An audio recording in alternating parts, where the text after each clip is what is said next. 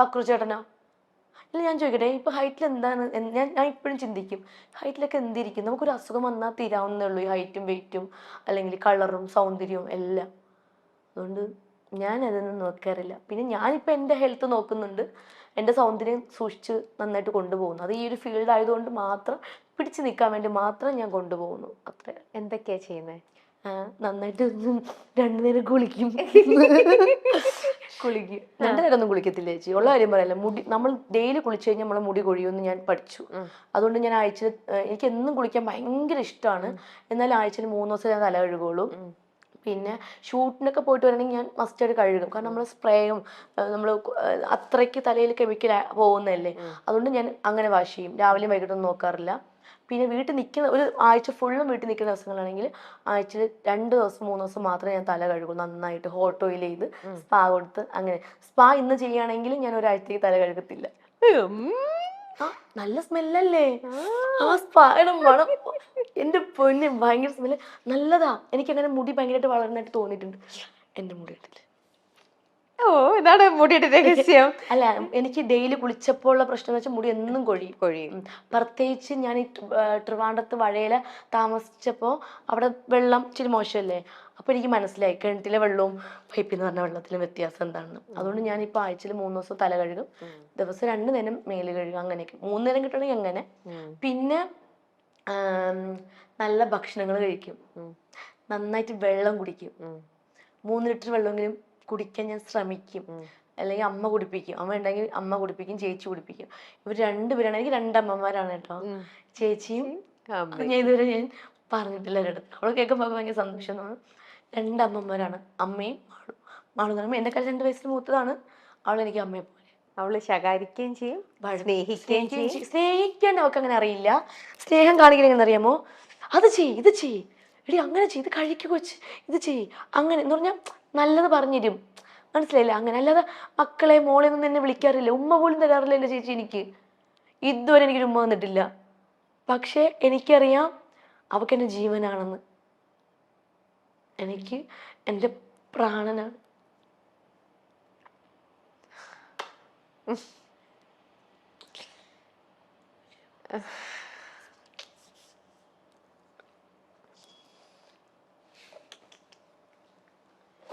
അടുത്ത ക്വസ്റ്റ്യൻ ചോദിക്കൂ.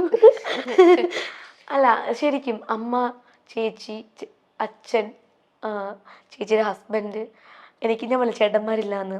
ചേട്ടൻ എനിക്ക് സ്വന്തം ചേട്ടനാ. ഇതുപോലൊരു ചേട്ടനെ ഒരിക്കലും ആർക്കും കിട്ടത്തില്ല. അത്ര നല്ല ചേട്ടനാണ് എൻ്റെ ചേച്ചിക്ക് കിട്ടിയിരിക്കുന്നത്. എന്നെ ഷൂട്ടിനും ഇനാഗുറേഷനും എല്ലായിടത്തും കൊണ്ടുപോകുന്ന ഒരു വ്യക്തിയാണ് ചേച്ചിയുടെ ഹസ്ബൻഡ്. പുള്ളിയുടെ ജോലി പോലും കളഞ്ഞിട്ടാണ് എന്നെ കൊണ്ടുപോകുന്നത്. പാവമാണ്, ഭയങ്കര പാവമാണ്, നല്ല മനുഷ്യന്. പിന്നെ ദേവൻ, ചേച്ചിയുടെ മോൻ. ഇവരാണ് എൻ്റെ ലോകം. ഇവർക്ക് വേണ്ടിയാണ് കുട്ടി. ഇല്ല, ഇതിപ്പോ ശരിയാവും, ഇപ്പൊ ശരിയാവും, ഇപ്പൊ ശരിയാവും, ഇപ്പൊ ശരിയാവും. ഓക്കെ ആയി. ഞാൻ ഇങ്ങനെയാണ്. എന്തൊരു നല്ല കുട്ടിയത്, എന്തൊരു നല്ല മനസ്സാത്. അനുവിന് വേണ്ടിട്ട് ഞാൻ പറയാം. അനുവിന്റെ ചേച്ചി അനുവിനെ ഇനി കാണുമ്പോ ഇതുപോലെ കെട്ടിപ്പിടിച്ച, ഞാൻ എവിടെ ഉമ്മ വേണ്ടേ, ഇവിടെ ഞാൻ എന്റെ ലിപ്സ്റ്റിക് വെച്ച് തരട്ടെ. ലിപ്സ്റ്റിക് ആവോ? ലിപ്സ്റ്റിക് കിട്ടിയിട്ടുണ്ട്, ഞാൻ തന്നോട്ടെ.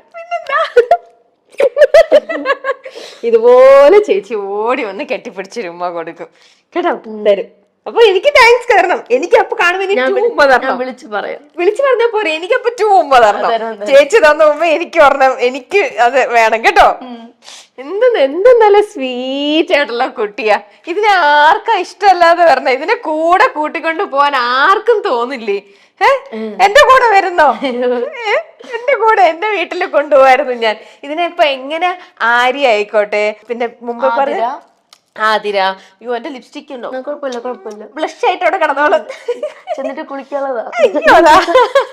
അല്ല, എങ്ങനെ ഇതിനെ ഇഷ്ടപ്പെടാതിരിക്കുന്നതെന്ന് ഇപ്പൊ നിങ്ങക്ക് മനസ്സിലായില്ലേ? സ്റ്റാർ മാജിക്കിലൊക്കെ ചെയ്യുന്നതും ഇങ്ങനെ ഈ ഓടിച്ചാടി ബഴ പഠിച്ച് പിടിപിടി നടക്കണതൊക്കെ ജെന്യുവനായിട്ടുള്ള അനുവാണ് അല്ലേ? ഇങ്ങോട്ടാ. എന്തൊരു സ്വീറ്റാ. അനു ശരിക്കും അനുവിനെ കാണുമ്പോ അനു ഇതൊന്നും ഫേക്ക് അല്ല, അനുവിന്റെ ഒറിജിനൽ ആണ് അനു ചെയ്യുന്നതും. അങ്ങനെ പറയല്ലേ, എന്താ കരച്ചിൽ വരും.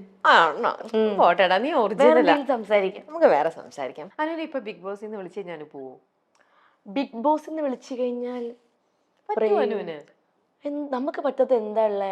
അങ്ങനെയല്ല, ഇത്രയും തൊട്ടാവാടിയാണ്. അത് ഇപ്പൊ പറഞ്ഞിട്ട് കാര്യമില്ലല്ലോ. ഇപ്പൊ ബിഗ് ബോസിൽ പോയി കഴിഞ്ഞു കഴിഞ്ഞാല് അവിടെ ഇപ്പം നമ്മളായിട്ട് നിക്കുക എന്നുള്ളതാണ് ഏറ്റവും. അഭിനയിച്ച് നിൽക്കുക, എത്ര അഭിനയിച്ച് നിന്നാലും നമ്മൾ തനി സ്വഭാവം അറിയാൻ പറ്റും. അതുകൊണ്ട് അഭിനയിച്ച് നിന്നിട്ട് ഒരു കാര്യമില്ല. അവിടെ ചെന്ന് കഴിഞ്ഞാൽ ദേഷ്യപ്പെടേണ്ട അടുത്ത് ദേഷ്യപ്പെടും, കരയേണ്ട അടുത്ത് കരയും, നമ്മൾ സംസാരിക്കേണ്ട സംസാരിക്കും, അത്രേ ഉള്ളൂ. ചിരിക്കേണ്ട അടുത്ത് ചിരിക്കും, കൊഞ്ചിക്കേണ്ട അടുത്ത് കൊഞ്ചിക്കും, അത്രയൊക്കെ ഉള്ളൂ. എന്താ ഞാനൊരു കാര്യം പറയട്ടെ, വിശ്വസിക്കോ ഇല്ലയോ എന്നൊന്നും അറിയില്ല. എന്റെ അടുത്ത് ഇന്നലെ രാത്രിക്കാണ് പറയണത് ഇന്ന് അനുവിന്റെ ഇന്റർവ്യൂ ഉണ്ടെന്ന് ഇവിടെ. അപ്പൊ ഇന്ന് രാവിലെ ഞാൻ എന്റെ സ്വപ്നത്തിൽ കണ്ടത് എന്താണെന്നറിയോ? അനു ഇങ്ങനെ ബിഗ് ബോസില് ട്രോഫി ഒക്കെ പിടിച്ച് പോകുന്നതിന് മുന്നേ ട്രോഫിയോ? എന്താ പോകുന്നതിന് മുമ്പേന്നോ? അങ്ങനെയല്ല, എന്നോട് ഇന്റർവ്യൂ എന്ന് പറഞ്ഞു കഴിഞ്ഞപ്പോ നമ്മള് ഇപ്പൊ കൊറേ ആൾക്കാരുടെ ഇതൊക്കെ പറയണ്ട, അതൊന്നും പറയണ്ട. വേണ്ട, അവിടെ ഉണ്ടെന്ന് അങ്ങ് പറഞ്ഞാ ആണോ? അങ്ങനെ വിചാരിച്ചു. ഞാൻ പക്ഷെ സ്വപ്നത്തിൽ കണ്ടത് അങ്ങനെയല്ല. പോയില്ലേ ട്രോഫി കിട്ടുള്ളൂ, ചെന്നുണർത്താം അനു ട്രോഫി തരുന്നുണ്ടോ? അല്ല, ഞാൻ സ്വപ്നം കണ്ടതാ. അനുവിന് ഇങ്ങനെ അനു വിജയിച്ചു ഈ പ്രാവശ്യത്തെ ഇതില് അനു വിന്നർ എന്നും പറഞ്ഞുകൊണ്ട് ലാലേട്ടൻ ഇങ്ങനെ പറയുന്നത്. എന്നിട്ട് ലാലേട്ടൻ അനുവിന്റെ കൈ, അനുവാണ് ഈ പ്രാവശ്യത്തെ സീസൺ 7 7 പണിയിൽ നിന്ന് വിജയിച്ചതെന്ന് ഇങ്ങനെ പറയുന്നത് ഞാൻ അതാണ് കണ്ടത്. അങ്ങനെ ഞാൻ വിൻ ചെയ്യണമെങ്കിൽ അന്ന് വിൻ ചെയ്ത് ഞാൻ എവിടെയാണോ ഷൂട്ട് എന്നൊക്കെ അറിയില്ല, അവിടുന്ന് ഞാൻ കൊച്ചിയിൽ വന്നിട്ട് ഞാൻ ചേച്ചിയുടെ വീട്ടിൽ വരും. സത്യം? ആ ട്രോഫിയും കൊണ്ട്. വാക്ക് ഉറപ്പാണ്. ഇന്റർവ്യൂ തരുമോ? വെളുപ്പിനെ കാണുന്ന സ്വപ്നം ഫലിക്കും എന്നാണ് ഞാൻ ഇത് കണ്ടത്. വെളുപ്പിനെയാണ്, നമുക്ക് നോക്കാം.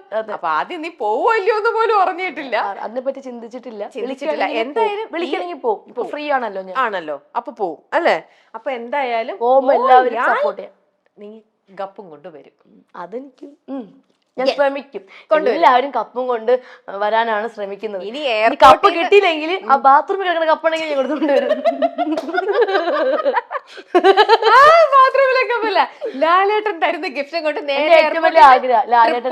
എനിക്ക് ഏറ്റവും വലിയ എന്താ ആഗ്രഹം? എന്റെ ഏറ്റവും വലിയ ആഗ്രഹം ലാലേട്ടന്റെ അടുത്ത് നിന്നിട്ട് ഈ കയ്യില് ഞാൻ ഈ കയ്യിൽ ആരെങ്കിലും ആവട്ടെ നിന്നിട്ട് പെട്ടെന്ന് ലാലേട്ട ഈ കൈ ആയിരിക്കും പൊക്കണത്. അപ്പൊ ഞാൻ ചെറുതല്ലേ, ഈ കൈ പൊക്കുമ്പോ എനിക്ക് പേടി, പെട്ടെന്ന് ഈ കൈ പൊക്കാതെ എന്റെ തന്നെ പൊക്കണേന്ന് എന്റെ ഏറ്റവും വലിയ ആഗ്രഹം. അപ്പൊ അനുവിന് ഇപ്പത്തെ ഈ ഒരു സോഷ്യൽ മീഡിയ ഇതില് ഈ കയ്യിൽ അനുവിന്റെ കൈ ലിഫ്റ്റ് ആണ്, ഇപ്പഴത്തെ കയ്യിൽ ആരാവണം? അനുവിന്റെ ഒരു ടൈറ്റ് ആയിട്ട് ഒരു കോമ്പറ്റീറ്റർ ആയിട്ട് അവിടെ സ്റ്റാർ മജി കയറി വരും. അവിടെ ബിഗ് ബോസ് നന്നായിട്ട് പെർഫോമൻസ് ചെയ്യുന്ന കണ്ടന്റ് കൊടുക്കുന്ന ആള് എന്നെ ആയിരിക്കണം ഇവിടെ. എന്നാലും ആരൊക്കെ ഇപ്പത്തെ ഈ സോഷ്യൽ മീഡിയയിൽ തരംഗമായിട്ട് രേണു സുധി ഭയങ്കര തരംഗമായിട്ട് നിക്കല് ഇപ്പത്തെ സോഷ്യൽ മീഡിയയില്. രേണു ആണോ? ഒന്നും പറയാൻ പറ്റത്തില്ല. അത് നമ്മളിപ്പോ കാണുന്ന ആൾക്കാരെ ആയിരിക്കില്ല അവിടെ ചെല്ലുമ്പോ. ഇപ്പൊ ഞാനാണെങ്കിൽ പോലും ഇപ്പൊ കാണുന്ന ആയിരിക്കത്തില്ല അവിടെ ചെല്ലുമ്പോ. ഞാനായിട്ട് നിക്കുള്ളൂ, പക്ഷെ നമ്മൾ അവിടെ ചെല്ലുമ്പോ നമ്മുടെ സ്വഭാവം മാറുന്നാണ് എല്ലാരും പറയുന്നത്. ആണോ? പിന്നെ അപ്പൊ ഒറ്റപ്പെട്ടു പോകുന്ന ഒരു നിമിഷം വരുന്ന പറയണേ. നമുക്ക് നോക്കാം. എന്തായാലും ഞാൻ വെളുപ്പങ്കാലെ കണ്ട സ്വപ്നം അത് ഫലിക്കും. അതില് തന്നെ ഞാൻ എയർപോർട്ടിൽ നിന്ന് ഞാൻ നോക്കി നിൽക്കും. ഞാനന്ന് ഷൂട്ടിങ് ചെയ്യില്ല. ഞങ്ങളോട് അറിയുമല്ലോ, എയർപോർട്ടിൽ നിന്ന് നേരെ വന്ന വഴി തൃപ്പൂണിത്തുറയ്ക്ക് വന്നില്ലെങ്കിൽ അത് ശരിയാണല്ലോ, എന്തായാലും വിളിക്കും. ഈ കൈ ലിഫ്റ്റ് ചെയ്യുന്നത് അത് അനുക്കുട്ടിയുടെ തന്നെയായിരിക്കും.